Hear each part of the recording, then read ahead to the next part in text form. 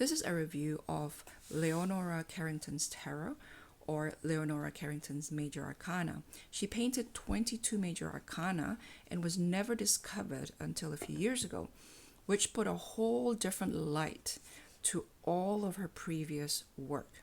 She is a British-born Mexican surrealist, painter, and sculptor. As it turned out, she's also an occultist, and interestingly, I drew a parallel in my other video unboxing these cards with a variety of different special edition sets of books and cards that Ethel Calhoun, apparently it's pronounced Ethel, not Ethel. Ethel Calhoun is also a surrealist, also British-born, and she's the creator of Tarot, the Golden Dawn tarot deck with the colors, and she's also the creator of the deck out of intelligence, which I've also unboxed in that live unboxing video. I will put a link up there and at the end of this video. So if you recall, when I first unboxed these, my expression was that I was underwhelmed, and I was underwhelmed not because anything inherently lacking, I suppose, in the item itself or in the production value, but it is because of my own expectation of what I was going to find when I purchased these. I was in a space where I've moved on from tarot, I suppose, a little bit. And when I purchased this, when I pre-ordered this, because I realized this is a work of a very important, unrecognized in the West, surrealist, who is very, very well known in Mexico. And it is such a classic example of the Western gaze, where one particular terminology applied to her was the lost surrealist. And our friend Lucy, who is in Mexico, is very familiar with Leonora's work. Like a lot of people in Mexico, I would assume, said, lost to whom? She's not lost to us. So that her and the sort of shook a little bit of the art world, because suddenly her surrealistic paintings are now available to be interpreted in a completely different way, now that they realize she's very familiar not only with the occult but with tarot in particular, this imageries. So anyway, these images have been reproduced in the book. I really want to review the decks rather than the book, but it's a little bit difficult to separate the two. So they've been reproduced in the book in its original size, and it's Major Arcana only. And from my understanding, she, like a lot of people who focus on the Major Arcana, she focuses on these for meditative rather than cartomancy. So this is that large. I have all the details listed in the description section of my live stream, and I will copy and paste those here as well. So it says here, the Magician, for example, it's oil on board.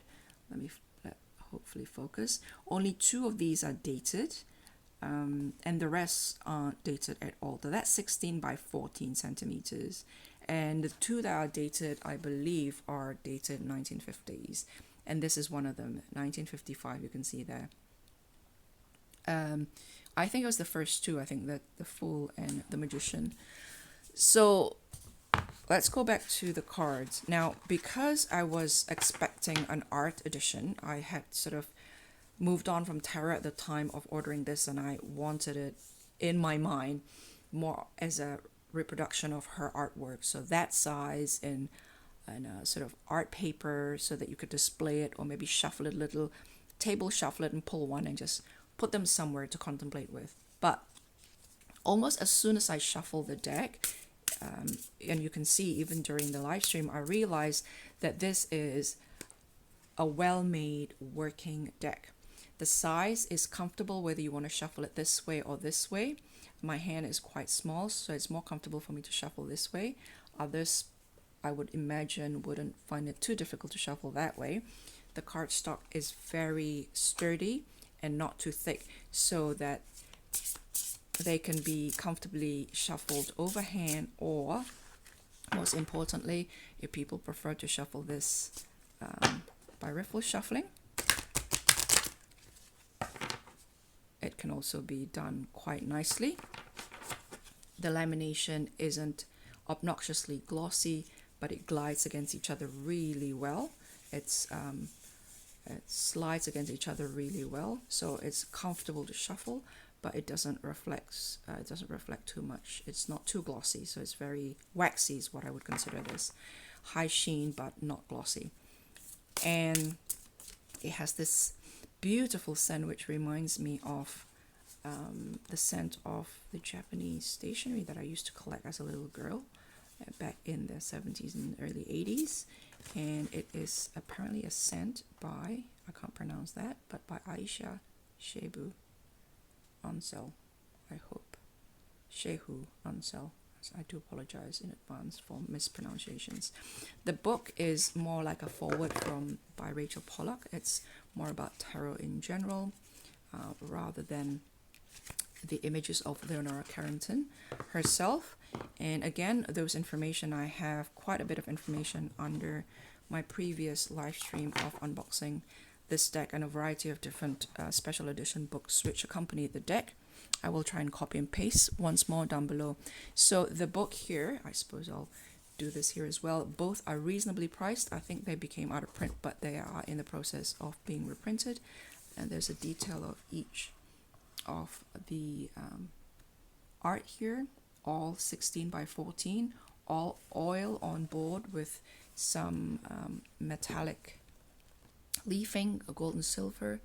And this is its original size, which is amazing. I am still hoping one day that Fulgur might issue an art edition, the cards in its original size like this, either for keepsake or for meditative purposes, display in our some corner of our home to sit with. And so all this write-up at the back is, I think, is quite valuable in trying to understand not only the paintings but the person behind the paintings. And so here is Leonora, I think in her later days. This is by Susan Aberth, and sorry, I can't focus here. She and another, those Arc. I'm trying to focus. This is focusing on her instead. So these are the two ladies who were responsible for discovering her work, this 22 paintings.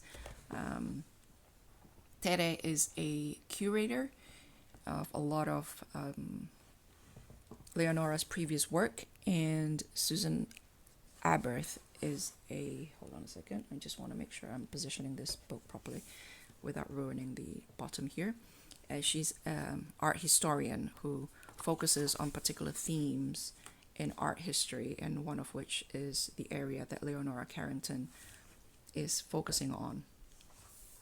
And I think the book, if it's not too much of a financial commitment for you, is actually a good book to have.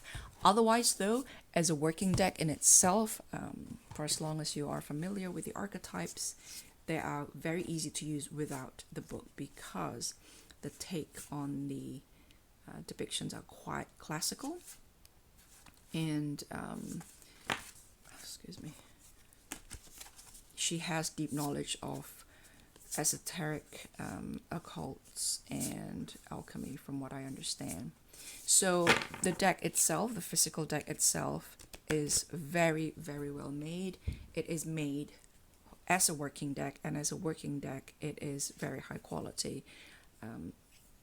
The edges are quite big, and that was quite jarring for me, but I think, again, framing this as a working deck,